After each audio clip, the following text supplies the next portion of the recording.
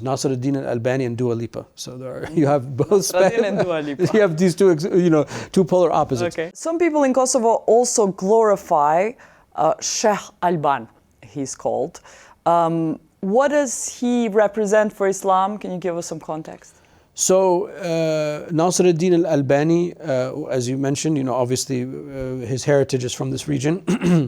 I always say jokingly there are two famous Albanians. There's Naser el-Albani and Dua Lipa. So you have both. And Dua Lipa. You have these two polar opposites. Okay. He was untrained, and he locked himself in the manuscript library in Damascus. What century are we talking about? Oh, he died in 1999. Okay, so very recent. Very, very recent. Okay, so he locked himself in? The library in Damascus. Okay. The manuscript library, and he read all of these manuscripts, and he decided to recatalog all of the hadith. And this is one of the gravest intellectual crimes in modern Islamic history, because we have an accepted canon of the hadith that we use to build our intellectual legal apparatus.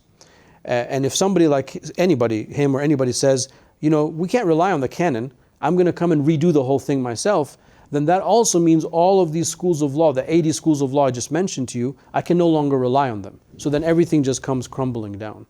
So he, engaged in this, ludicrous concept of I'm going to recatalog all of the hadith. And he himself contradicted himself many times.